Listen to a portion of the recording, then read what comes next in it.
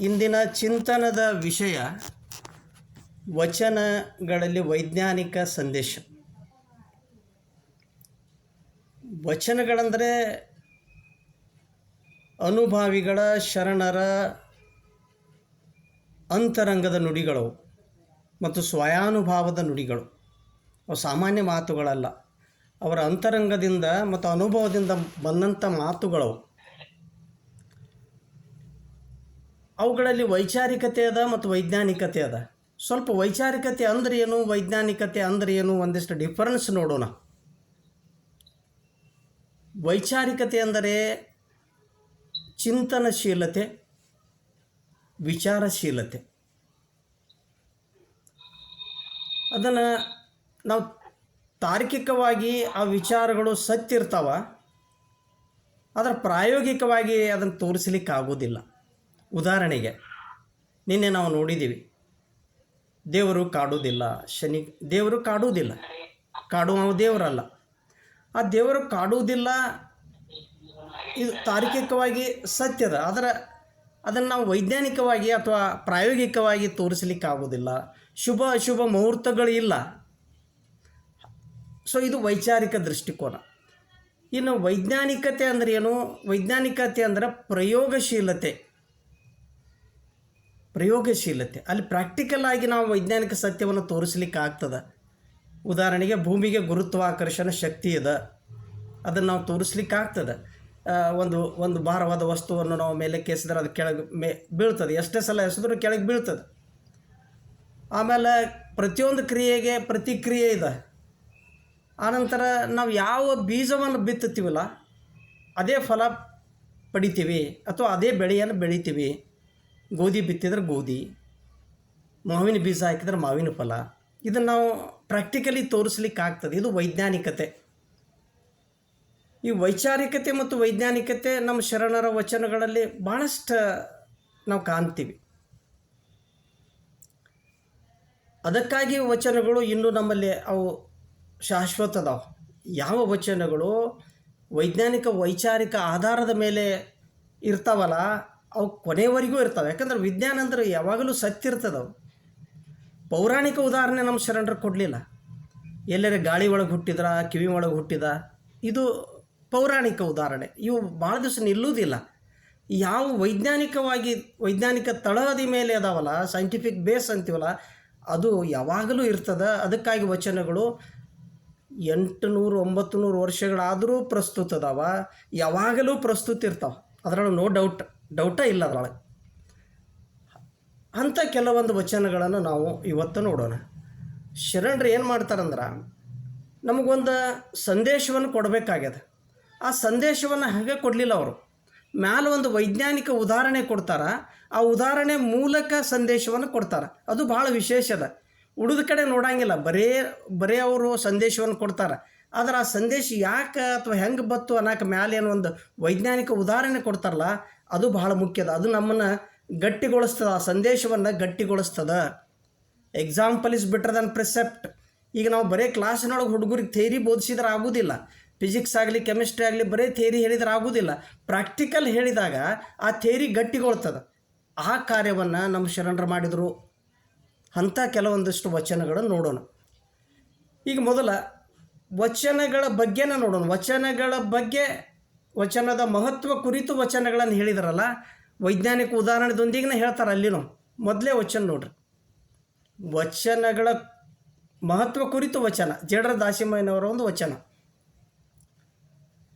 ಕಡೆಗೀಲಿಲ್ಲದ ಬಂಡಿ ಹೊಡೆಗೆಡೆಯದೆ ಮಾಂಬುದೆ, ಕಡೆಗೀಲು ಬಂಡಿಗಾಧಾರ, ಕಡುದರ್ಪವೇರಿದ ಒಡಲೆಂಬ ಬಂಡಿಗೆ, ಮೃಡ ಶರಣರ ನುಡಿಗಡನವೇ ಕಡೆಗೀಲು ಕಾನ ರಾಮನಾಥ. ಏನು ಹೇಳಿದ್ರಿ ಇಲ್ಲಿ? ಅವ್ರು ಏನು ಹೇಳಬೇಕಾಗಿತ್ತು ಅಂದ್ರೆ, ಈ ಶರಣರ ವಚನಗಳು ನಮ್ಮ ಬದುಕೆಂಬ ಬಂಡಿಗೆ ಕಡಗೀಲು ಅನ್ನುವಂಥದ್ದು ಸಂದೇಶ ಕೊಡಬೇಕಾಗ್ಯದ. ಮ್ಯಾಲೆ ಒಂದು ಉದಾಹರಣೆ ಹೇಳ್ಕೊಡ್ತಾರೆ, ಸೈಂಟಿಫಿಕ್ ಉದಾಹರಣೆ ಕೊಡ್ತಾರೆ. ಏನು? ಕಡೆಗೀಲು ಬಂಡಿಗೆ ಆಧಾರ. ಇದೆಲ್ಲರಿಗೂ ಗುರ್ತದ. ಈಗ ಒಬ್ಬ ಶ್ರೀಮಂತ ರೈತ ಇರ್ಬೋದು, ಒಂದು ಭಾಳಷ್ಟು ಸಾಗವಾನಿ ಕಟ್ಟಿಗೆದು ಗಾಡಿ ಮಾಡಿರ್ಬೋದು, ಲಕ್ಷಗಟ್ಟಲೆ ಎತ್ತುಗಳ ಇರ್ಬೋದು, ನುರಿತ ಚಾಲಕ ಇರ್ಬೋದು. ಆದ್ರೆ ಕಡಿಗಿಲೆ ಇರಲಿಲ್ಲ ಅಂತಂದ್ರೆ ಬಂಡಿ ಭಾಳ ದೂರ ತನಕ ಹೋಗಂಗಿಲ್ಲ, ಮುಗ್ಗರಿಸಿ ಬೀಳ್ತದೆ. ಸೊ ಕಡಿಗಿಲಿ ಎಷ್ಟು ಇಂಪಾರ್ಟೆಂಟ್ ಬಂಡಿಗೆ ಅನ್ನೋದು ಮ್ಯಾಲೆ ಉದಾಹರಣೆ ಕೊಟ್ಟರು. ಇದು ಭಾಳ ಮುಖ್ಯ. ಇದು ಸೈನ್ಸ್. ಇದು ನೀವು ಎಷ್ಟೇ ಸಲ ರಿಪೀಟ್ ಮಾಡಿದ್ರೂ ಕಡಿಗಿಲಿಲ್ದ ಬಂಡಿ ಹೊಡೆದ್ರೆ ಬೀಳುವುದೇ ಇದು.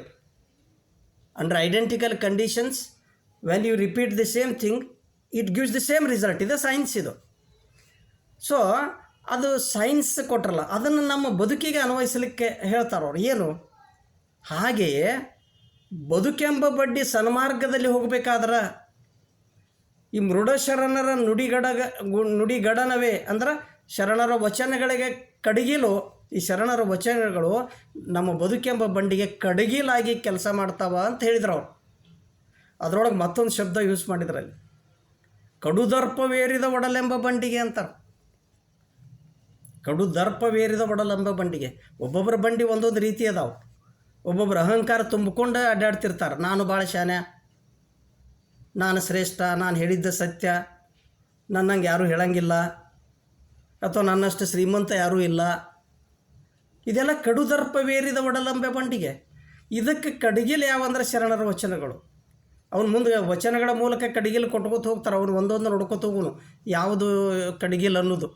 ಈಗ ಉದಾಹರಣೆಗೆ, ಅಹಂಕಾರ ಮನವ ನಿಂಬುಗೊಂಡಲ್ಲಿ ಲಿಂಗ ತಾನೆಲ್ಲಿಪ್ಪುದು, ಬಸವಣ್ಣನವ್ರ ವಚನ ಇದು. ಅಹಂಕಾರ ಮನವ ನಿಂಬುಗೊಂಡಲ್ಲಿ ಲಿಂಗ ತಾನೆಲ್ಲಿಪ್ಪುದು, ಅಹಂಕಾರ ರಹಿತನಾದಲ್ಲಿ ಸನ್ನಿಹಿತ ನಮ್ಮ ಕೂಡಲ ಸಂಗಮ ದೇವ.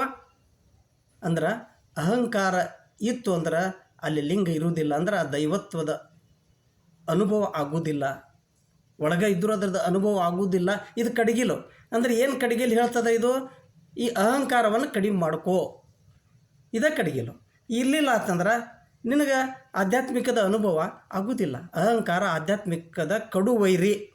ಅದಕ್ಕೆ ಇದು ಕಡಿಗಿಲು. ಇದೇನು ಲೈನ್ ಅದಲ್ಲ, ಅಹಂಕಾರ ಮನವ ನಿಂಬುಗೊಂಡಲ್ಲಿ ಸಾಧಕರಿಗೆ ಕಡಿಗಿಲಿದು. ಇಲ್ಲಪ್ಪ ನಾ ಹಂಗೆ ಹೋಗವಂತಂದ್ರೆ, ಈಗ ನಾವು ನಮ್ಮ ಮನೆಯೊಳಗೆ ಮಕ್ಕಳಿಗೆ ಹೇಳ್ತೀವಲ್ಲ, ಹಿರಿಯರ ಮಾತುಗಳೇ ಕಡಿಗಿಲುಗಳು. ನೋಡಪ್ಪ, ಸ್ಕೂಲಿಗೆ ಹೋಗುವಾಗ ರೋಡ್ ದಾಟುವಾಗ ಒಂದಿಷ್ಟು ನೋಡಿ ದಾಟಪ್ಪ ಅಂತ ಹೇಳುವಾಗ ಅವ ಅದನ್ನ ಎಚ್ಚರದಿಂದ ದಾಟ್ತಾನೆ. ಇಲ್ಲ ಅದಕ್ಕೇನು ಆಕೈತಿ, ನಾವು ಭಾಳ ಸ್ಟ್ರಾಂಗ್ ಅದೇನೆ ಅಂತ ಹೋದಂದ್ರೆ ಗಾಡಿ ಹಾಯ್ತೈತಿ, ಅಷ್ಟೆ ಬಿದ್ದು ಬಿಡ್ತೈತಿ.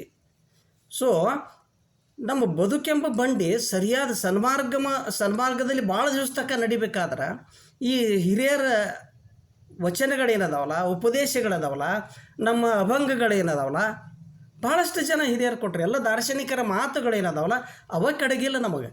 ಅವು ನಮ್ಮನ್ನು ಎಚ್ಚರಿಸ್ತಾವೆ, ತಮ್ಮ ಹಿಂಗೆ ಮಾಡಬೇಡ, ತಮ್ಮ ಹಿಂಗೆ ಮಾಡಬೇಡ ಅಂತ ಎಚ್ಚರಿಸ್ತಾವೆ.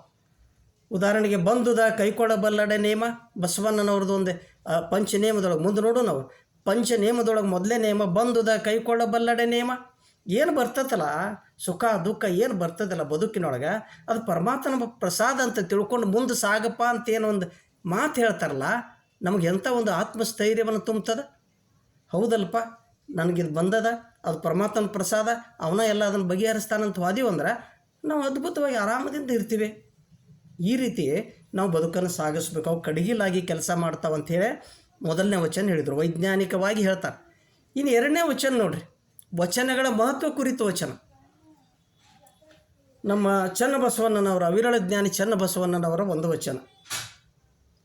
ಪಾತಾಳದ ಅಗ್ಗವನಿಯ ನೇನಿಲ್ಲದೆ ತೆಗೆಯಬಹುದೇ, ಸೋಪಾನದ ಬಲದಿಂದಲ್ಲದೆ. ಶಬ್ದ ಸೋಪಾನವ ಕಟ್ಟಿ ನಡೆಯಿಸಿದರು ನಮ್ಮ ಪುರಾತರು, ದೇವಲೋಕಕ್ಕೆ ಬಟ್ಟೆ ಕಾಣಿರೋ. ಮರ್ತ್ಯರ ಮನದ ಮೈಲಿಗೆ ಕಡೆಯಲೆಂದು ಗೀತ ಮಾತೆಂಬ ಜ್ಯೋತಿಯ ಬೆಳಗಿಕೊಟ್ಟರು ನಮ್ಮ ಕೂಡಲ ಚನ್ನ ಸಂಗಯ್ಯನ ಶರಣರು. ಏನು ಹೇಳಿದ್ರಿಲ್ಲೇ? ಮತ್ತು ವೈಜ್ಞಾನಿಕ ಉದಾಹರಣೆ ಕೊಡ್ತಾರೆ. ಫಸ್ಟಕ್ಕೆ, ಪಾತಾಳದ ಅಗ್ಗವನಿಯ ನೇನಿಲ್ಲದೆ ತೆಗೆಯಬಹುದೇ, ಸೋಪಾನದ ಬಲದಿಂದಲ್ಲದೆ. ಆಳವಾದ ಪಾತಾಳದ ಅಗ್ಗವನಿ ಅಗ್ಗವನಿ ಅಂತಂದ್ರೆ ಪವಿತ್ರವಾದ ಜಲ.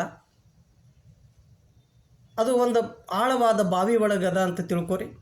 ಅದನ್ನು ತೆಗಿಬೇಕಾದ್ರೆ ಪಾತಾಳದ ಅಗ್ಗವನಿಯ ನೇನಿಲ್ಲದೆ, ಹಗ್ಗ ಮತ್ತು ಗಡಗಡೆಯರೇ ಬೇಕು, ಇಲ್ಲ ಅಂತಂದ್ರೆ ಸೋಪಾನ ಬೇಕು.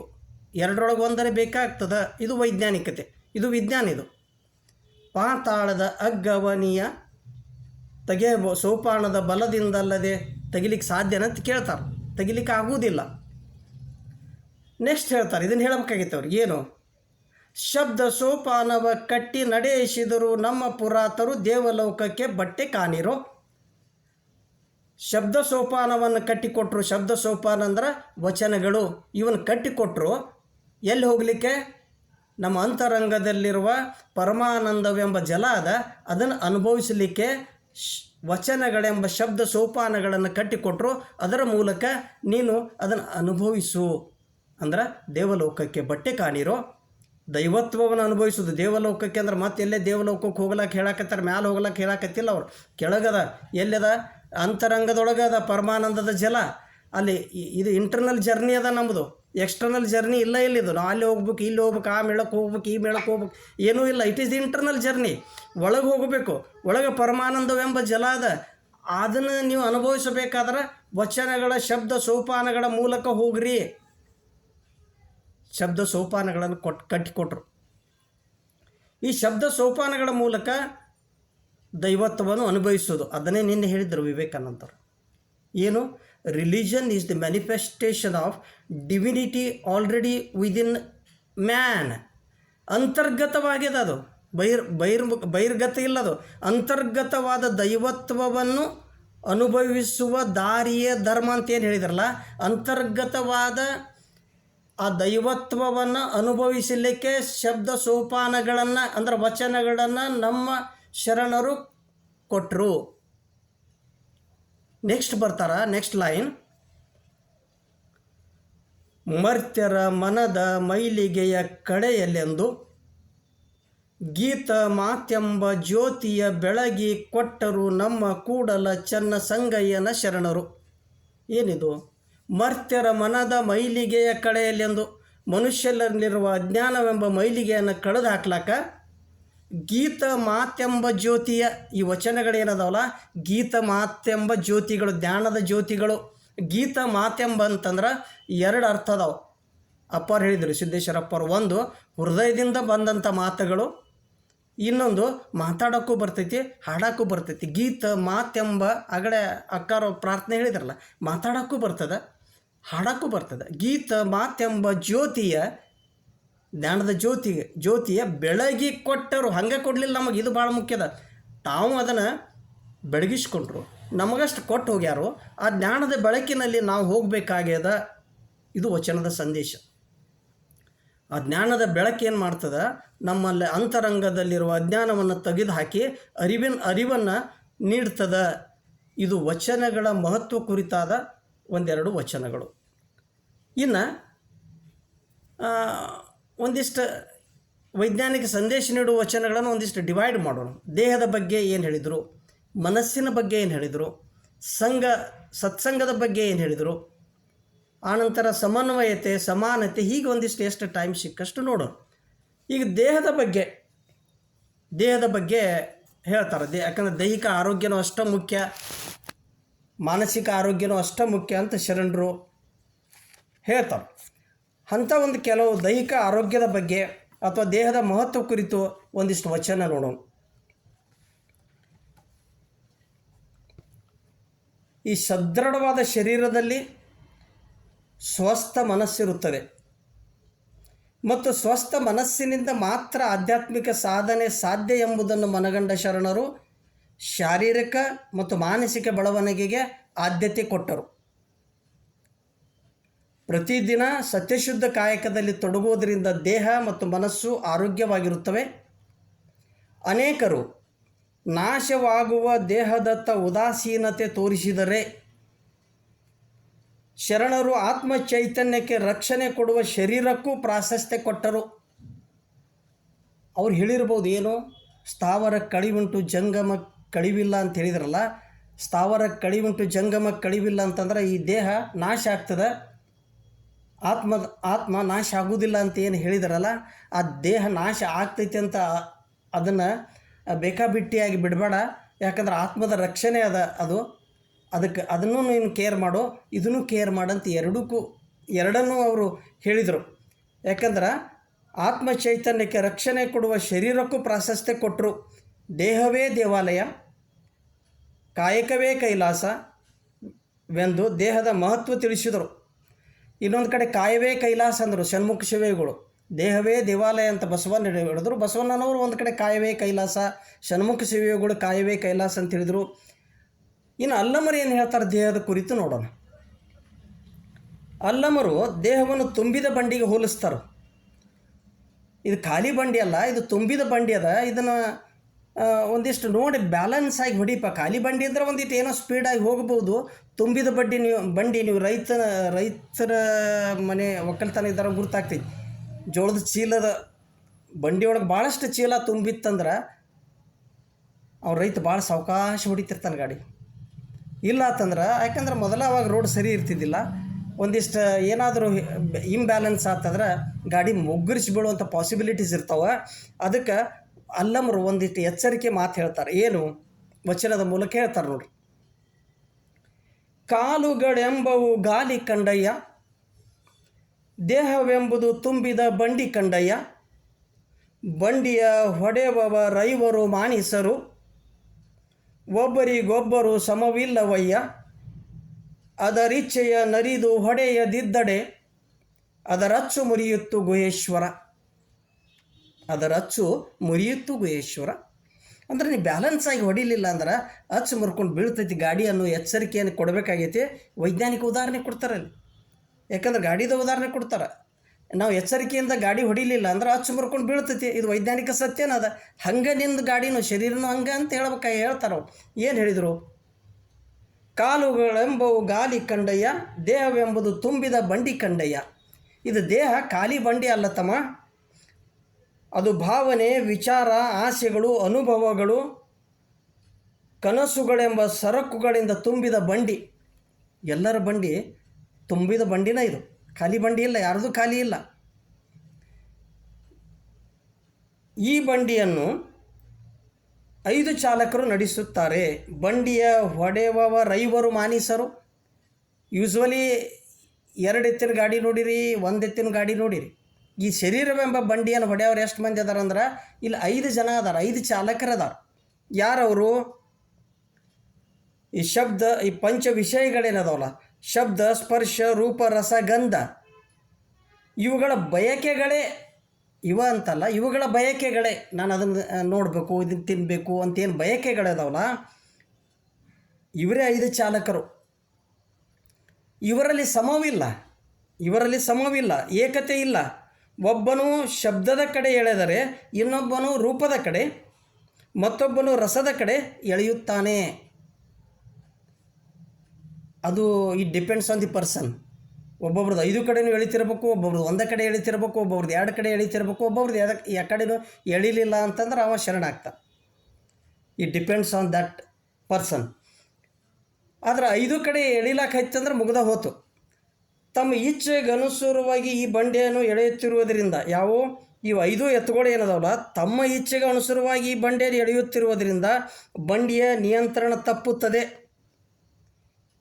ಕೆಲವೊಮ್ಮೆ ಬಂಡಿ ತನ್ನ ಅನಿಯಂತ್ರಣ ಸ್ಥಿತಿಯಿಂದ ಉಂಟಾದ ತೊಂದರೆಯ ಕುರಿತು ಹೇಳುತ್ತದೆ, ಎಚ್ಚರಿಸ್ತೈತೆ. ಅದು ತಮ್ಮ ಹಿಂಗೆ ಹೊಡಿಬೇಡ ಬಂಡಿ, ಯಾಕೋ ಒಂದಿಟ್ಟು ತೊಂದರೆ ಆಗ್ಲಾಕ ಬಂಡಿ ಎಚ್ಚರಿಸ್ತೈತೆ ಅಂದ್ರೆ ಏನು?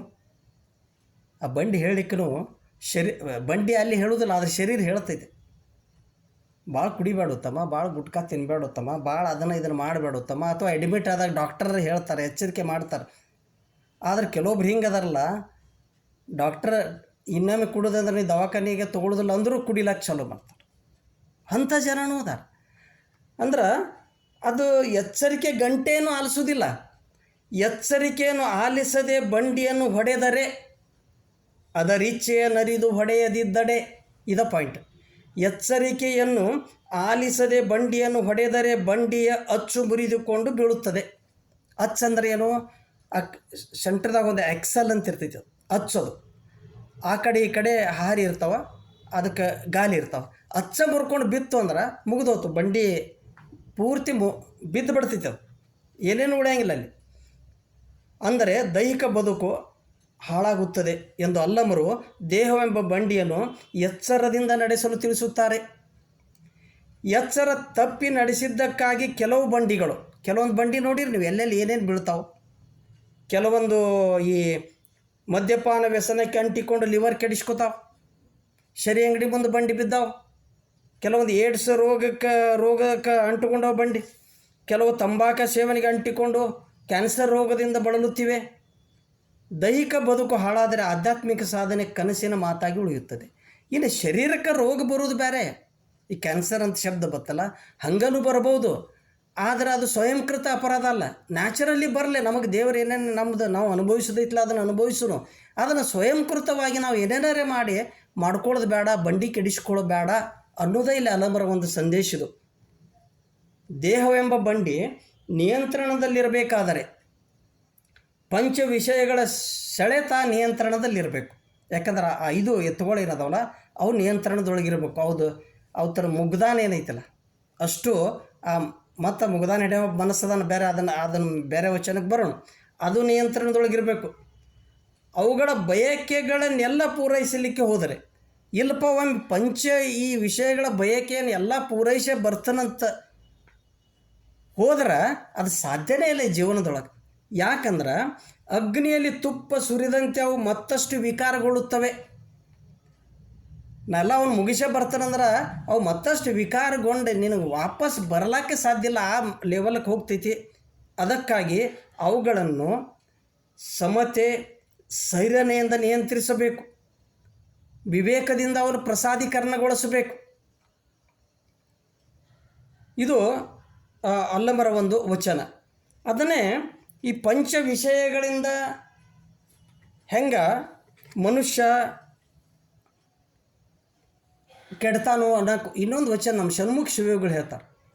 ಒಂದೊಂದು ಪ್ರಾಣಿ ಏನದವಲ್ಲ ಒಂದೊಂದು ವಿಷಯದ ಬಂಧನಕ್ಕೆ ಒಳಗಾದ್ರೆ ಈ ಮನುಷ್ಯವೆಂಬ ಪ್ರಾಣಿ ಏನಂತ 5 ವಿಷಯಗಳ ಬಂಧನಕ್ಕೆ ಒಳಗಾಗ್ಯಾನಿವ, ಅವಕ್ಕಿಂತ ಭಾಳ ಘೋರವಾದ ಪರಿಸ್ಥಿತಿ ಐತೆ ಅನ್ನೋದಕ್ಕೊಂದು ವಚನ ಹೇಳ್ತಾರೆ ನೋಡ್ರಿ. ಅದು ವೈಜ್ಞಾನಿಕತೆ ಏನೈತಿ. ಘ್ರಾಣೇಂದ್ರಿಯ ವಿಷಯದಿಂದ ಭ್ರಮರ ಕೆಡುವುದು ಸಂಪಿಗೆಯ ಪುಷ್ಪದಲ್ಲಿ, ರಸನೇಂದ್ರಿಯ ವಿಷಯದಿಂದ ಮತ್ಸ್ಯ ಕೆಡುವುದು ಜಾಲಗಾರನ ಬಲೆಯಲ್ಲಿ, ನಯನೇಂದ್ರಿಯ ವಿಷಯದಿಂದ ಪತಂಗ ಕೆಡುವುದು ದೀಪದ ಜ್ವಾಲೆಯಲ್ಲಿ, ತ್ವಗೇಂದ್ರಿಯ ವಿಷಯದಿಂದ ಗಜ ಕೆಡುವುದು ರಾಜನ ಕೃತಕದಲ್ಲಿ, ಶ್ರವಣೇಂದ್ರಿಯ ವಿಷಯದಿಂದ ಎರಡೆ ಕೆಡುವುದು ಬೇಟೆಗಾರನ ಸರಳಿನಲ್ಲಿ. ಇಂತಿ ಪ್ರಾಣಿಗಳು ಒಂದೊಂದು ವಿಷಯದಿಂದ ಬಂಧನಕ್ಕೊಳಗಾದವು. ಇಂತಪ್ಪ ಪಂಚೇಂದ್ರಿಯ ವಿಷಯ ವ್ಯಾಪಾರದಲ್ಲಿ ಲಂಪಟರಾದ ಮನುಜರು ಕೆಟ್ಟ ಕೇಡ ಏನೆಂಬೆನಯ್ಯ ಅಖಂಡೇಶ್ವರ. ಒಂದೊಂದು ಪ್ರಾಣಿ ಒಂದೊಂದು ಬಂಧನಕ್ಕೊಳಗಾದ್ರೆ ಇವು 5 ಬಂಧನಕ್ಕೊಳಗಾದ್ರೆ ಇವನು ಪರಿಸ್ಥಿತಿಯನ್ನು ನೋಡಿ ಏನು ಹೇಳಿಪ್ಪಾನ ಶರಣರು ಹೇಳ್ತಾರೆ. ನೋಡ್ಯಾರ ಅವರು, ನೋಡಿ ಬರ್ದಾರ. ಇವು ಯಾಕಂದ್ರೆ ಸ್ವಂತ ಅನುಭವ, ಇವನ್ನೆಲ್ಲ ನೋಡಿ ಏನಪ್ಪ ಇವನ ಪರಿಸ್ಥಿತಿ ಹೆಂಗೆ ಹೊಂಟ ನೀವು ರೋಡ್ ಹೊಂಟ ಅಂತೇನು ಹೇಳ್ಯಾರಲ್ಲ. ಅಂದ್ರೆ ಇಲ್ಲಿ ಒಂದೊಂದು ಪ್ರಾಣಿ ಈ ಘ್ರಾಣೇಂದ್ರಿಯ ವಿಷಯದಿಂದ ಅಂದ್ರೆ ವಿಷಯ ವಾಸನೆಯಿಂದ ಭ್ರಮರ ಸಂಪಿಗೆ ಪುಷ್ಪದಲ್ಲಿ ಸಿಕ್ಕಿ ಹಾಕೋತೈತದು. ಆ ಸಂಪಿಗೆ ಪುಷ್ಪದ ವಾಸನೆಗೆ ಅಲ್ಲಿ ಬರ್ತದೆ. ಅದು ಭಾಳ ಆಗಿ ಅದರೊಳಗೆ ಅಲ್ಲಿ ಸಿಕ್ಕಿ ಹಾಕ್ಕೊಂಡು ಉಸಿರುಗಡ್ತೈತಿ. ರಸನೇಂದ್ರಿಯ ವಿಷಯದಿಂದ ಅಂದ್ರೆ ಮೀನು, ರಸನೇಂದ್ರಿಯ ಅಂದ್ರೆ ಬಾಯಿ ಚಪಲದಿಂದ ಜಾಲಗಾರನ ಬಲೆಯಲ್ಲಿ ಬೀಳ್ತದೆ. ಅವ್ನು ಮಳೆ ಹುಳ ಕಟ್ಟಿ ನೀರಾಗಿ ಬಿಡ್ತಾನೆ, ಅದನ್ನು ತಿನ್ಲಿಕ್ಕೆ ಅದು ಹೋಗ್ತೈತೆ, ಬಲೆಯಾಗಿ ಬೀಳ್ತದೆ. ನಯನೇಂದ್ರಿಯ ವಿಷಯದಿಂದ ಪತಂಗ ದೀಪದ ಜ್ವಾಲೆಯಲ್ಲಿ ಸುಟ್ಟು ಹೋಗುತ್ತದೆ. ನಯನೇಂದ್ರಿಯ ವಿಷಯ ಅಂದ್ರೆ ಈ ಕಣ್ಣುಗಳ ವಿಷಯದಿಂದ ಅಥವಾ ಕಣ್ಣುಗಳ ಅದು ದೀಪಕ್ಕೆ ಆಕರ್ಷಕ ದೀಪದ ಹುಳ ಬರ್ತೈತಿ ನೋಡ್ರಿ, ಸುತ್ತಾಕಿ ಅದು ದೀಪಕ್ಕೆ ಸುಟ್ಕೊಂಡು ಬಿಡ್ತೈತಿ. ತ್ವಗೇಂದ್ರಿಯ ವಿಷಯದಿಂದ ಈಗ ಆನೆ ಮದವೇರಿದ ಆನೆಯನ್ನು ಮದ ಇಳಿಸ್ಬೇಕಾದ್ರೆ ಕೆಡ್ಡ ನಡು ಒಂದು ತೆಗಿತಾರೆ, ಕೆಡ್ಡ ಕೆಡುತ್ತಾರೆ, ಆ ಕಡೆ ಒಂದು ಆನೆ ನಿಂದ್ರಿಸ್ತಾರೆ. ಅದು ಸ್ಪರ್ಶ ಸುಖಕ್ಕಾಗಿ ಆ ಆನೆಗೆ ಮತ್ತೊಂದು ಆನೆ ಎದುರಿಗಿರುವ ಆನೆಗೆ ಹಿಡಿಲಿಕ್ಕೆ ಅಥವಾ ಅದಕ್ಕೆ ಸ್ಪರ್ಶ ಮಾಡಲಿಕ್ಕೆ ಬರೋಟಿಗೆ ಆ ತೆಗ್ನೊಳಗೆ ಬೀಳ್ತೈತಿ. ಇಂಥ ಕೆಡ್ಡಗಳು ಭಾಳ ಅದ ನಮ್ಮಲ್ಲಿ. ರೋಡ್ ಗುಂಟ ಸಾಕಷ್ಟು ಕೆಡ್ಡಗಳು, ಸೆರೆ ಅಂಗಡಿ ಅದಾವೆ, ಆ ಕೆಡ್ಡ ಈ ಕೆಡ್ಡ ಕೆಡವ್ರು ಭಾಳ ಮಂದಿ. ರೋಡ್ ಮೇಲೆ ಇರಬಾರ್ದಂದ್ರೂ ಈಗ ರೋಡ್ ಗುಂಟನ ಆಗ್ಯಾವ. ಮೊದಲು ಎಲ್ಲೆಲ್ಲೋ ದೂರ ಇರ್ತಿದ್ದು, ಈಗ ಅದ್ರಾಗ ಹಳ್ಳಿ ವಾತಾವರಣದೊಳಗೆ ಅನಕ ಮುಗಿದೋಯ್ತು. ಮೊದಲು ಹಳ್ಳಿ ವಾತಾವರಣ ಭಾಳ ಚಲೋ ಇತ್ತು, ಅಲ್ಲಿ ಕೆಡ್ಡಗಳು ಅನಕ ಸಿಕ್ಕಾಪಟ್ಟೆ ಕೆಡ್ಡಗಳು ಆಗ್ಯಾವ. ಆಮೇಲೆ ಶ್ರವಣೇಂದ್ರಿಯ ವಿಷಯದಿಂದ ಜಿಂಕೆ ಬೇಟೆಗಾರನ ವಶವಾಗುವುದು. ಒಂದು ಥರದ ಅಲ್ಲೇ ಏನು ನಾದಕ್ಕೆ ಅದು ಜಿಂಕೆ ಬೇಟೆಗಾರನ ವಶ ಆಗ್ತದೆ. ಹೀಗೆ ಒಬ್ಬೊಬ್ಬರು ಅಂದರೆ ಒಂದೊಂದು ಪ್ರಾಣಿ ಒಂದೊಂದು ವಿಷಯ ವಾಸನೆ ಬಲಿಗೆ ಬೀಳ್ತದೆ ಅದು. ಆದರೆ ಮನುಷ್ಯರು ಹಂಗಿಲ್ಲ, ಕೆಲವರಂತೂ 5 ವಿಷಯಗಳ ವಾಸನೆಯಲ್ಲಿ ಸಿಕ್ಕಿ ಹಾಕ್ಕೊಂಡು ದುರಂತಕ್ಕೀಡಾಗುತ್ತಾರೆ. ಒಂದು ಇಂದ್ರಿಯ ವಾಸನೆ ಸಾಕಲ್ಲ, ಅದ್ರ ಮುಂದೆ ಅಕ್ಕನ ವಚನಕ್ಕೆ ಬರೋಣ.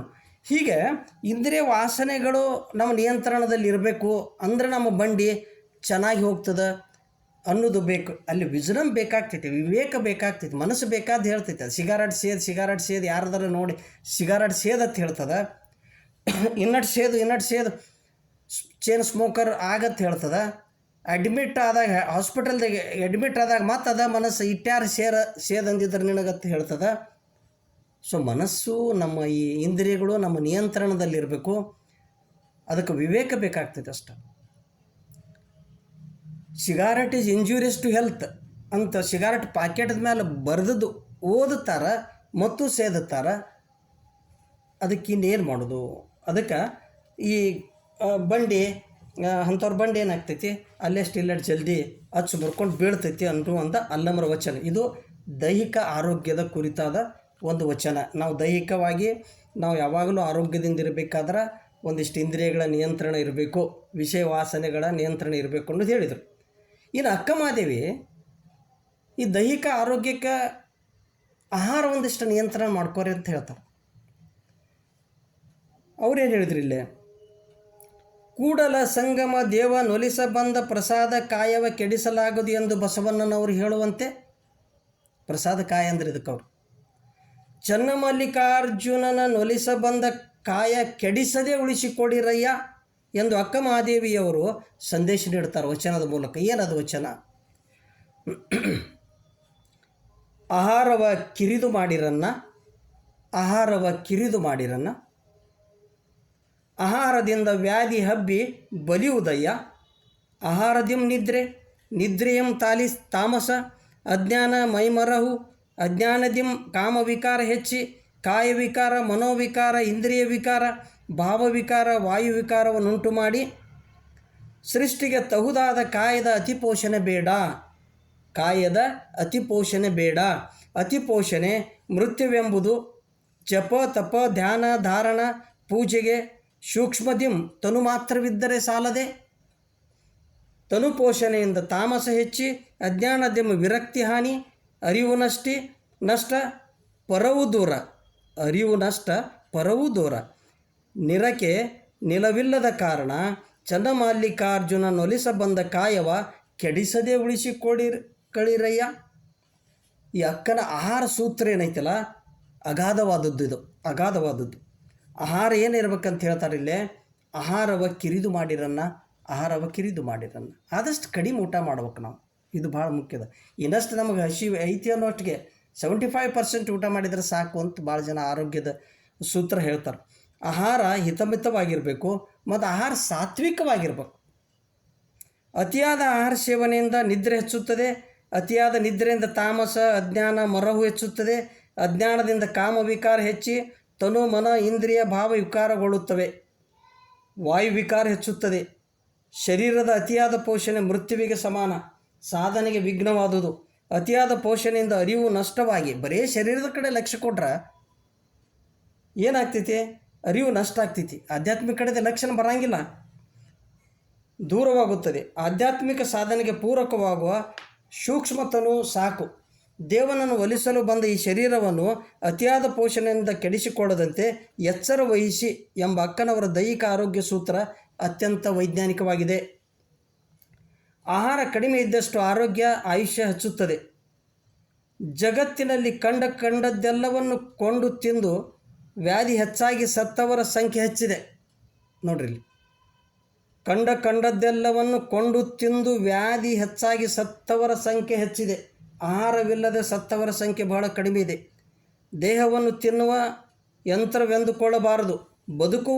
ಬದುಕುವುದಕ್ಕಾಗಿ ತಿನ್ನಬೇಕು, ತಿನ್ನಲಕ್ಕಾಗಿ ಬದುಕಬಾರದು. ನಾವು ಆಹಾರ ಮೂಲದಿಂದ ದೊರಕಿಸಿಕೊಳ್ಳುವ ಶಕ್ತಿ ಮತ್ತು ನಾವು ದೈನಂದಿನ ಕಾರ್ಯಚಟುವಟಿಕೆಗಳಿಗೆ ಖರ್ಚು ಮಾಡುವ ಶಕ್ತಿಯ ಮಧ್ಯೆ ಹೊಂದಾಣಿಕೆಯಾಗಿರಬೇಕು. ದೊರಕಿಸಿಕೊಂಡ ಆಹಾರ ಮೂಲದ ಶಕ್ತಿ ಹೆಚ್ಚಾದರೆ ಅದು ದೇಹವನ್ನು ಕೊಬ್ಬು ಗೂಡಾಗಿಸುತ್ತದೆ, ಅನಾರೋಗ್ಯಕ್ಕೆ ಕಾರಣವಾಗುತ್ತದೆ. ಆಹಾರ ಕಡಿಮೆ ಆದರೆ ಅದು ಆರೋಗ್ಯವನ್ನು ಕಾಯ್ದಿರಿಸಿ ಆಯುಷ್ಯವನ್ನು ವರ್ಧನೆ ಮಾಡುತ್ತದೆ. ಸಿದ್ದರಾಮೇಶ್ವರರು ಚಿರಂಜೀವಿ ಎಂದಡೆ ನಿರೋಗಿ, ಸಿದ್ದರಾಮೇಶ್ವರ ಹೇಳ್ತಾರೆ, ಚಿರಂಜೀವಿ ಎಂದಡೆ ನಿರೋಗಿ, ಚಿರಂಜೀವಿ ಎಂದಡೆ ಸಶಕ್ತ ಎಂದು ಹೇಳಿ ಆಹಾರದ ಇತಿಮಿತಿಯ ಬಗ್ಗೆ ಅರಿವು ನೀಡಿ ಎಲ್ಲರ ಗಮನ ಸೆಳೆದಿದ್ದಾರೆ. ಏನು ಹೇಳ್ತಾರೋ, ರುಚಿಯ ನತಿ ರುಚಿಸಿದಲ್ಲಿ ವಿಷವಾಯಿತು. ಭಾಳ ರುಚಿ ತಿಂದು ಉಪಯೋಗ ಮಾಡಿದ್ರೆ ಅದು ವಿಷ ಆಗ್ತೈತೆ ಅಂತ ಹೇಳ್ತಾರೆ. ರುಚಿಯ ನತಿ ರುಚಿಸಿದಲ್ಲಿ ವಿಷಯವಾಯಿತು, ರುಚಿಯು ನಿಜ ಶಕ್ತಿಯಂತಿರಲು ಅಮೃತವಾಯಿತು. ನೋಡ್ರಿ, ಅದು ಬ್ಯಾಲೆನ್ಸ್ ಒಳಗಿದ್ರೆ ಅಮೃತ ಆಗ್ತೈತಿ, ಹೆಚ್ಚಾದ್ರೆ ವಿಷ ಆಗ್ತೈತಿ. ಅತಿಯಾದ ಆಹಾರ ಸೇವನೆಯಿಂದ ಹೆಚ್ಚು ಮಾತನಾಡುವುದರಿಂದ, ಇದು ಪಾಯಿಂಟ್ ರೀ, ಅತಿಯಾದ ಆಹಾರ ಸೇವನೆಯಿಂದ ಹೆಚ್ಚು ಮಾತನಾಡೋದು ನಿರರ್ಥಕವಾಗಿ ಸುಮ್ಮನೆ ಮಾತಾಡೋದು. ಹೆಚ್ಚು ಮಾತನಾಡುವುದರಿಂದ ಶಕ್ತಿ ಅಪವ್ಯಯಗೊಳ್ಳುತ್ತದೆ. ಯೋಗ ಸಾಧನೆಗೆ ಆಹಾರ, ಮಾತು, ನಿದ್ರೆ ನಿಯಂತ್ರಣದಲ್ಲಿರಬೇಕು ಎಂದು ಹೇಳುವ ಬಹುರೂಪಿ ಚೌಡಯ್ಯನವರ ಒಂದು ವಚನ ನೋಡ್ರಿ. ಮಿತ ಭೋಜನ ಮಿತ ವಾಕು, ವಾಕು ಅಂದ್ರೆ ಮಾತು, ಇಲ್ಲಿ ಮಿತ ಭೋಜನ ಮಿತ ವಾಕು ಮಿತ ನಿದ್ರೆಯ ಮಾಡಿರನ್ನ. ಯೋಗ ಸಿದ್ಧಿ ಬೇಕಪ್ಪಡೆ ಅತ್ಯಾಹಾರ ಇಂದ್ರಿಯ ವ್ಯವಹಾರ ರೇಖನ್ನ ಪ್ರಿಯ ನಾಗಿನಾಥನಲ್ಲಿ ಅಳಿಯದಂತೆ ಉಳಿಸಿಕೊಡಿರನ್ನ ಯೋಗ್ಯ ಸಾಧ್ಯವಪ್ಪನಕ್ಕ. ಅತಿಯಾದ ಆಹಾರ, ಇಂದ್ರಿಯ ವ್ಯವಹಾರ ಇವನ್ನೆಲ್ಲ ಬಿಡ್ರಿ. ಮಿತವಾದ ಭೋಜನ ಇರಲಿ, ಮಿತವಾದ ಮಾತಿರಲಿ, ಮಿತವಾದ ನಿದ್ರೆ ಇರಲಿ, ಅದು ಯೋಗಕ್ಕೆ ನಿಮಗೆ ದಾರಿ ಮಾಡಿಕೊಡ್ತದೆ. ಮದ್ಯಪಾನ, ಮಾಂಸಾಹಾರ, ಆಮೇಲೆ ಜ್ಯೂಸು, ಅನೈತಿಕತೆ ಮುಂತಾದವುಗಳು ಆರೋಗ್ಯಕ್ಕೆ ಹಾನಿಕಾರಕವಲ್ಲದೆ ಮನಸ್ಸನ್ನು ವಿಕಾರಗೊಳಿಸುವುದರಿಂದ ಆಧ್ಯಾತ್ಮಿಕ ಸಾಧನೆಗೂ ಮಾರಕ. ಅಂಥ ದುರ್ವ್ಯಸನಗಳಿಗೆ ಲಿಂಗ ದೀಕ್ಷೆ ನೀಡಬಾರದು ಎಂದು ಚನ್ನಬಸವಣ್ಣನವರು ವಚನದ ಮೂಲಕ ಎಚ್ಚರಿಸುತ್ತಾರೆ. ವಚನ ಭಾಳ ದೊಡ್ಡದು. ಅಂದ್ರೆ ಈ ನಾವು ದೀಕ್ಷಾ ಕೊಡಾಗೂ ಒಂದಿಷ್ಟು ವಿಚಾರ ಮಾಡಿ ಕೊಡಬೇಕು ಅಂತಾರೆ ಅವ್ರು. ಈ ದುರ್ವ್ಯಸನಿಗಳಿಗೆ ದೀಕ್ಷಾ ಕೊಡಬಾರ್ದು. ಮದ್ಯಪಾನಿಗೆ ಲಿಂಗ ಸಾಹಿತ್ಯವ ಮಾಡಿದಾತ ಹಿಂಗದೆ ನರಕದ ಲಾಳುತ್ತಿಪ್ಪನು, ನರಕ ಅವಾಗ ಕಟ್ಟಿಟ್ಟ ಬುತ್ತಿ. ಮಾಂಸಾಹಾರಿಗೆ ಲಿಂಗ ಸಾಹಿತ್ಯವ ಮಾಡಿದಾತನ ವಂಶಕ್ಷಯವೆಂದುದು. ಜೂಜಗಾರರಿಗೆ ಲಿಂಗ ಸಾಹಿತ್ಯವ ಮಾಡಿದಡೆ ರೌರವ ನರಕ ಹೋಗದು. ವೇಷೆಗೆ ಲಿಂಗ ಸಾಹಿತ್ಯವ ಮಾಡಿದಡೆ 7 ಜನ್ಮದಲ್ಲೂ ಶ್ವಾನನ ಗರ್ಭದಲ್ಲಿ ಬರುತ್ತಿಪ್ಪನು. ಲಿಂಗಹೀನಂಗೆ ಲಿಂಗ ಸಾಹಿತ್ಯವ ಮಾಡಿದಾತ ಲಿಂಗದ್ರೋಹಿ, ಆತನ ಮುಖವ ನೋಡಲಾಗದು ಅಂತ ವಚನ ಹೇಳ್ತಾರೆ. ಅಂದರೆ ಏನಿಲ್ಲ, ಅವನು ದೂರ ಇಡಬೇಕಂತ ಅವ್ರದ್ದು ಇಚ್ಛೆ ಇಲ್ಲ. ಭಕ್ತ ಮತ್ತು ಭವಿ 2 ಕ್ಯಾಟಗರಿ ಮಾಡಿದರು. ಭಕ್ತ ಅಂದ್ರೆ ಏನು, ಸದಾಚಾರದಲ್ಲಿದ್ದವ. ಭವಿ ಅಂದ್ರೆ ಏನು, ದುರಾಚಾರದಲ್ಲಿರುವ, ಅವನು ವ್ಯಸನ ಇದ್ದಾನ. ಆದರೆ ಭವಿಯನ್ನು ದೂರ ಇಡಬೇಕಂತ ಅಲ್ಲ, ಭವಿನೂ ಭಕ್ತ ಆಗಲಿಕ್ಕೆ ಸಾಕಷ್ಟು ಅವಕಾಶ ಕೊಟ್ಟರು. ನೀವು ಬರ್ರಿ, ಅನುಭವ ಮಂಟಪಕ್ಕೆ ಬರ್ರಿ, ಸದಾಚಾರಿಗಳಾಗ್ರಿ, ನೀವು ಭಕ್ತರಾಗ್ರಿ, ನಿಮಗೂ ಲಿಂಗ ದೀಕ್ಷಾ ಕೊಡೋನು. ಹಂಗೆ ಮಾಡಲಿಲ್ಲ, ನಾನು ಭವಿನ ಆಗಿರವ, ನಾನು ದುರ್ವ್ಯಸನ, ನಾನು ಮಾಂಸಾಹಾರಿ ಆಗಿರವ, ನನಗೆ ಲಿಂಗ ದೀಕ್ಷಾ ಕೊಡಂದ್ರೆ ಯಾರು ಕೊಡ್ತಾರೆ? ಏನು ಮಾಡೋದು, ಕೊಟ್ಟರೆ ಏನು ಮಾಡೋದು ಅವ್ರಿಗೆ ಅನ್ನೋದು ಅಷ್ಟೈತಿ, ಮತ್ತೇನಲ್ಲ. ಆನಂತರ ಇನ್ನೊಂದು ಲಾಸ್ಟ್ ಅಕ್ಕಮಹಾದೇವಿ ಒಂದು ವಚನಕ್ಕೆ ಬರೋಣ. ಲಾಸ್ಟಿಗೆ ಏನು ಹೇಳ್ತಾರೆ ಇಲ್ಲಿ, ಆಗಲೇ ಷಣ್ಮುಖ ಶಿವಗಳು ಪಂಚ ವಿಷಯಗಳ ಬಂಧನಕ್ಕೆ ಒಳಗಾದ ಮನುಷ್ಯನ ಒಂದು ಕೆಟ್ಟ ಕೇಡನ್ನು ನೋಡಿದರು. ಈಗ ಅಕ್ಕ ಏನು ಹೇಳ್ತಾಳು, 5 ಎದಕ್ಕೆ ಬೇಕಪ್ಪ, ಒಂದಾದ್ರೆ ಸಾಕಲ್ಲ ಅನ್ನೋದು ಒಂದು ವಚನ ಹೇಳ್ತಾರೆ ನೋಡ್ರಿ. ಯಾಕಂದ್ರೆ ಈ ಕಟ್ಟಿಗೆ ಮನೆಯನ್ನು ಹಾಳು ಮಾಡೋಕ್ಕೆ ಒಂದು ಗೊರಲೆ ಸಾಕಲ್ಲ. ಯಾಕಂದ್ರೆ ಅದು ಕೆಲವೇ ದಿನಗಳಲ್ಲಿ ಅಸಂಖ್ಯಾತ ಗೊರಲೆಗಳನ್ನು ಹುಟ್ಟಿಸ್ತೈತೆ. ಅದು ಮಲ್ಟಿಪ್ಲಿಕೇಟಿವ್ ಇರ್ತೈತೆ ಅದರದ್ದು ಜನ್ರೇಷನ್.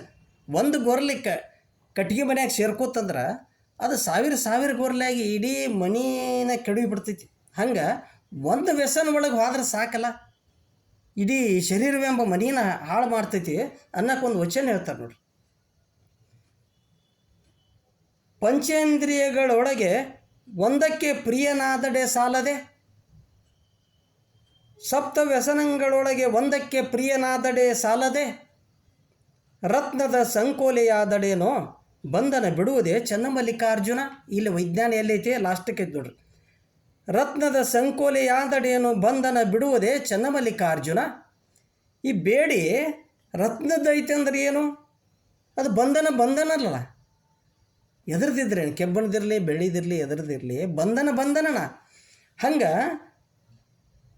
ಪಂಚೇಂದ್ರಿಯಗಳೊಳಗೆ ಒಂದಕ್ಕೆ ಪ್ರಿಯನಾದಡೆ ಸಾಲದೆ. ಈ ಪಂಚ ವಿಷಯಗಳಿಗೆ ಒಂದು ನೀ ಸೋತು ಹೋದ್ರೆ ಸಾಕಲ್ಲ. ಸಪ್ತ ವ್ಯಸನಗಳೇ ಭಾಳಷ್ಟು ದುರ್ವ್ಯಸನಗಳದಾವು, ಅದರೊಳಗೆ ಒಂದು ವ್ಯಸನ ನಿನಗೆ ಅಂಟ್ಕೊಂಡ್ರೆ ಸಾಕಲ್ಪ. ಯಾಕಂದ್ರೆ ಒಂದು ಅಂಟ್ಕೊಂತಂದ್ರೆ ಉಳಿದದ್ದು ತಾನು ಆಟೋಮೆಟಿಕಲಿ ಅವು ಬಂದು ಜಾಯ್ನ್ ಆಗ್ತಾವೆ. ಯಾಕಂದ್ರೆ ಈ ದುರ್ಗುಣ, ದುರ್ವ್ಯಸನಗಳು, ದುರ್ವಿಚಾರಗಳು ಹಂಗೆ ಅದಾವೆ. ಈ ಸದ್ಗುಣಗಳು ಬರಬೇಕಾದ್ರೆ ಒಂದೋ ಬರ್ತಾವೆ, ಯಾವಾಗಾರೆ ಒಂದು ಬರ್ತಾವೆ. ಈ ದುರ್ಗುಣಗಳು ಹಂಗಿಲ್ಲ, ಒಂದು ಬತ್ತಂದ್ರೆ ಅದ್ರ ಜೋಡಿ ಮತ್ತೊಂದು ಬರ್ತೈತಿ, ಆಟೋಮೆಟಿಕಲಿ ಬಂದು ಬಿಡ್ತೈತಿ. ಅದನ್ನು ಅಕ್ಕ ಹೇಳ್ತಾರೆ, ಒಂದು ನೀ ಈ ಕುಡಿಲಾಕ ಕಲಿತ್ರೆ ಸಾಕಲ್ಪ.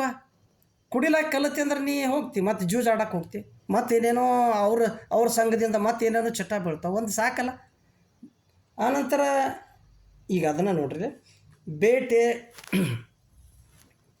ಜೂಜು, ಅತಿನಿದ್ರೆ, ಸ್ತ್ರೀ ಲಾಲಸೆ, ಮದ್ಯಪಾನ, ನೃತ್ಯ, ಗಾನವಾದನ ಎಂಬ 7 ವ್ಯಸನಗಳದಾವೆ. ಇದರೊಳಗೆ ಒಂದು ವ್ಯಸನಕ್ಕೆ ನೀ ಬಲಿ ಆದ್ರೆ ಸಾಕು, ಆಟೋಮೆಟಿಕಲಿ ಅವೆಲ್ಲ ನಿಮಗೆ ಬಿಡೋದೇ ಇಲ್ಲ. ಅದು ಉಳಿದೆಲ್ಲವುಗಳನ್ನು ಆಹ್ವಾನಿಸುತ್ತದೆ. ವ್ಯಸನಕ್ಕೆ ವಶವಾದ ವ್ಯಕ್ತಿಯನ್ನು ವ್ಯಸನ ಮುಕ್ತನನ್ನಾಗಿಸುವುದು ಅಸಾಧ್ಯ. ಅದು ಭಾಳ ಡಿಫಿಕಲ್ಟ್ ಆಗ್ತೈತಿ. ಅದು ರಿಪೀಟೆಡ್ ಆ್ಯಕ್ಷನ್ ಬಿಕಮ್ಸ್ ಹ್ಯಾಬಿಟ್ ಅಂತೀವಲ್ಲ, ನಾವು ಅದು ರಿಪೀಟ್ ಮಾಡಿದ ಮ್ಯಾಗ ಅದು ಹ್ಯಾಬಿಟ್ ಆಗ್ತಂದ್ರೆ ಹ್ಯಾಬಿಟನ್ನು ತೆಗೆದು ಭಾಳ ಕೆಟ್ಟಿದೈತಿ. ನಾವು ಮೊದಲ ಹ್ಯಾಬಿಟ್ಗೆ ಅಂಟುಕೋಬಾರ್ದು. ಅದಕ್ಕಾಗಿ ವ್ಯಸನಕ್ಕೆ ಅಂಟುಕೊಡದಿರುವುದೇ ಜಾಣತನ. ಕೆಲವರು ವ್ಯಸನಗಳನ್ನು ಪ್ರತಿಷ್ಠೆಗಾಗಿ ಮಾಡ್ತಾರೆ, ಕೆಲವೊಬ್ಬರನಕ ಏನು ನೋಡಂಗಿಲ್ಲ. ಪ್ರತಿಷ್ಠೆಗೆ ಮಾಡೋದು ಅದನ್ನು, ಕುಡಿಯೋದೊಂದು ಪ್ರತಿಷ್ಠೆ ಅಂತ ತಿಳ್ಕೊಂಡ್ರೆ ಹೆಣ್ಮಕ್ಳು ಚಾಲು ಮಾಡ್ಯಾರ. ಈ ದುರಂತಂದ್ರೆ ಹೆಣ್ಮಕ್ಳು ಚಾಲು ಮಾಡ್ಯಾರ. ನೋಡ್ಬೇಕದು ಏನು ವರ್ಷದ ಆಚರಣೆ ಭಾಳ ದುರಂತ ಅನಿಸ್ತೈತಿ. ಎಲ್ಲಿ ಹೋಗ್ತೈತೋ ಗೊತ್ತಿಲ್ಲ. ಮತ್ತು ಅವ್ರ ಮಕ್ಕಳು ಯಾಕೆ ಬಿಡ್ತಾರೆ, ಅಥವಾ ಅವ್ರ ಶಿಕ್ಷಕರಿದ್ದರೆ ವಿದ್ಯಾರ್ಥಿಗಳು ಯಾಕೆ ಬಿಡ್ತಾರೆ? ರತ್ನದ ಸಂಕೋಲಿಯಾದರೂ ಬಂಧನದ ಬಿಡದು ಎಂದು ಅಕ್ಕ ಹೇಳುವಂತೆ ಯಾವ ವ್ಯಸನವಾದರೂ ಸರಿ ತನ್ನ ಪರಿಣಾಮವನ್ನು ತೋರದೆ ಬಿಡದು. ವ್ಯಸನಗಳಿಂದ ವೈಯಕ್ತಿಕ ಬದುಕು ಹಾಳಾಗುವುದಲ್ಲದೆ ನೀವೊಬ್ಬ ಹಾಳಾಗುವುದಿಲ್ಲ. ನೀವೊಬ್ಬ ಹಾಳಾಗ್ತಿದ್ರೆ ನಡೀತಿತ್ತು. ಹೆಂಡತಿ, ಮಕ್ಕಳು ಮುಂತಾದ ಅವಲಂಬಿತರ ಭವಿಷ್ಯವೂ ದುರ್ಬಲವಾಗುತ್ತದೆ. ಈ ಕಾಳಜಿ ಬೇಕಲ್ಲ. ಸಾಮಾಜಿಕ ಗೌರವ ಕ್ಷೀಣಿಸುತ್ತದೆ. ಶರಣರು ಅಧಿಕಾರ ಸಂಪತ್ತು ಬೇಕೆಂದು ದೇವರಲ್ಲಿ ಪ್ರಾರ್ಥಿಸಲಿಲ್ಲ. ದುರಾಚಾರ ದುರ್ವ್ಯಸನದಲ್ಲಿಡಬೇಡ, ಕರ್ಮ ಕಟ್ಟಳೆಗೆ ಸಿಲುಕಿಸಬೇಡ, ಸುವಿಚಾರ ಸದಾಚಾರ ಸಮಾಜ ಸೇವೆಯಂತಹ ಒಳ್ಳೆಯ ವ್ಯಸನದಲ್ಲಿರಿಸು ಎಂದು ಪ್ರಾರ್ಥಿಸ್ತಾರೆ ಅವರು. ಅವ್ರ ಪ್ರಾರ್ಥನೆ ನೋಡ್ರಿ, ದೇವರ ಅದನ್ನು ಕೊಡು, ನಾನು ಬಂಗಾರ ಕೊಡು, ಬೆಳ್ಳಿ ಕೊಡು, ಮನಿ ಕೊಡು ಅಂತ ಹೇಳಿಲ್ಲ. ಏನು ಹೇಳಿದ್ರು ನೋಡ್ರಿ ಬಸವಣ್ಣನವರು? ದುರ್ವ್ಯಸನಿ ದುರಾಚಾರಿ ಎಂದೆನಿಸದಿರಯ್ಯ ಎನ್ನ, ಲಿಂಗ ವ್ಯಸನಿ ಜಂಗಮ ಪ್ರೇಮಿ ಎಂದೆನಿಸಯ್ಯ. ಕೂಡಲ ಸಂಗಮ ದೇವ ಶರಗೊಡ್ಡಿ ಬೇಡುವೇನೋ. ಹೀಗೆ ಅಂದ್ರೆ ನನ್ನನ್ನು ದುರ್ವ್ಯಸನಿ ದುರಾಚಾರಿ ಎನಿಸ್ಬೇಡ, ಲಿಂಗ ವ್ಯಸನಿ ಜಂಗಮ ಪ್ರೇಮಿ, ಆ ದೇವರ ಕಡೆ ನನ್ನ ದೇವರ ಪ್ರೇಮಿ, ಸಮಾಜ ಪ್ರೇಮಿ, ಆತ್ಮ ಪ್ರೇಮಿ ಅನಿಸ್ಪ ಅಂತ ಏನು ದೇವರಲ್ಲಿ ಬೇಡ್ಕೋತಾರಲ್ಲ. ಹೀಗೆ ನಾವು ದೈಹಿಕ ಆರೋಗ್ಯದಿಂದ ಇರಬೇಕಾದ್ರೆ, ನಾಳೆ ಮಾನಸಿಕ ಆರೋಗ್ಯದ ಬಗ್ಗೆ ನೋಡೋಣ. ದೈಹಿಕವಾಗಿ ನಾವು ಒಟ್ಟಾರೆ ಆರೋಗ್ಯದಿಂದ ಇರಬೇಕಾದ್ರೆ ಸತ್ಯಶುದ್ಧವಾದ ಕಾಯಕ್ಕಿರಬೇಕು. ಅಂದ್ರೆ ಅದನ್ನೇ ಶ್ರಮದ ದುಡಿಮೆ ಅಂತೀವಿ. ಇಂದ್ರಿಯಗಳ ಪ್ರಸಾದೀಕರಣ ಇರಬೇಕು, ಅವು ನಿಯಂತ್ರಣದೊಳಗಿರಬೇಕು, ಮಿತವಾದ ಆಹಾರ ಇರಬೇಕು, ದುರ್ವ್ಯಸನಗಳಿಂದ ದೂರ ಇರಬೇಕು. ಆವಾಗ ದೈಹಿಕ ಆರೋಗ್ಯ ನಮ್ಮಲ್ಲಿ ಇರ್ತದ ಅಂಥೇಳಿ ಅಂಥ ಶರಣರ ವಚನಗಳನ್ನು ನಾವು ಪಾಲಿಸೋಣ. ನಾಳೆ ಮಾನಸಿಕ ಆರೋಗ್ಯದ ಬಗ್ಗೆ ಏನಷ್ಟು ನೋಡೋಣ ಅಂಥೇಳಿ ನನ್ನ ಮಾತಿಗೆ ವಿರಾಮ ನೀಡುತ್ತೇನೆ.